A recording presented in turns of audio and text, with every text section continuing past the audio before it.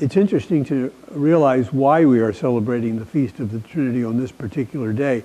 Some of us are old enough to remember before the bishop started tinkering with the calendar that the last day of the Easter season was this Sunday.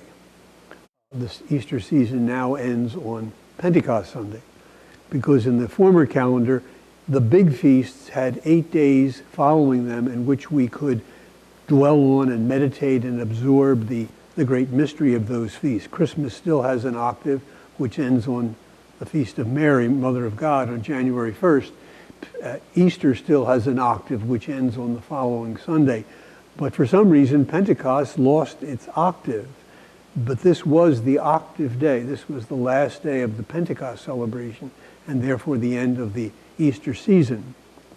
We had to have our Easter duty done by this day, if some of us remember that. I think it's a very theological feast because it's trying to explicate something which we've been celebrating since the first Sunday of Advent. We've been moving through God's great deeds in history, and the greatest deed, of course, is the coming of God among us in the person of Jesus, and all that he lived and taught and suffered, his resurrection, and his filling us with his Spirit.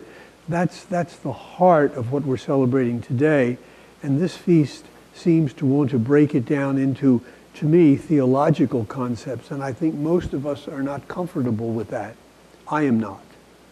I like concrete things, concrete events, concrete people, and that's exactly what God has done. This God who is so far above our intellect and our imagining that he had to become concrete in our presence, concrete among us, and now with the Spirit, concrete within us. The God who loves us so much became one of us so that we could, in our limited way, comprehend him in much the same way as we can comprehend each other. Not that we ever do that fully either, but at least we have the experience of each other, and when God comes like one of us, we can comprehend him more fully. The bottom line of the whole liturgical year, the whole Christian faith, is that God so loved the world that he poured himself out in the world as a human being, in the Spirit now, so that we can make our journey back to God. Because ultimately, our destination is the very feast we celebrate today. It is that dynamic, incomprehensible for us life of the Trinity, which to me is a cauldron of love. And we are called back into that as our destiny. In the days ahead, we will be listening to Jesus speak and watching his deeds among us for the rest of the year in order to keep us on our journey.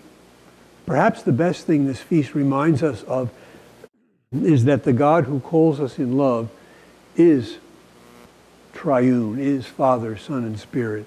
And perhaps we could, in the days ahead, more consciously and deliberately say the things we say so often. In the name of the Father, and of the Son, and of the Holy Spirit. Our glory be to the Father, and to the Son, and to the Holy Spirit. Because this incomprehensible God is involved in our life, and he has involved us in his. That is his will, and that is our destiny.